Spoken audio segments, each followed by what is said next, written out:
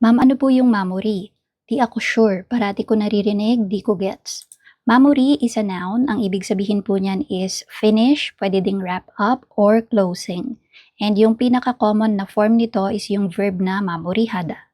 So, pag sinabi ng boss mo na, 일을 마무리해, so ibig sabihin nun, tapusin na ang trabaho. Pero, remember na meron din tayong verb na 끝내다, and ang ibig sabihin din nun is to finish, no? So, ang pinagkaiba ni 끝내다 at mamurihada is carefully or responsibly. Ibig sabihin, polished yung pagkakatapos mo ng isang bagay or trabaho. Unlike kapag 끝내다, neutral lang siya, no? So, pwedeng ginawa mo lang siya as in para matapos lang.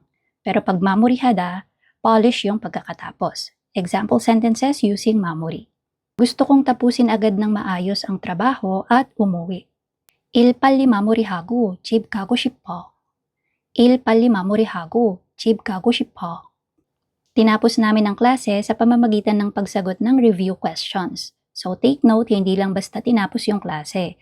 Nagsagot sila ng review questions para tapusin yung klase. So in Korean, 수업은 정리 문제를 풀면서 마무리했어요. 수업은 정리 문제를 풀면서 마무리했어요. Tatapusin ko ang presentation sa pamamagitan ng pasasalamat. 발표는 감사 인사로 마무리하겠습니다.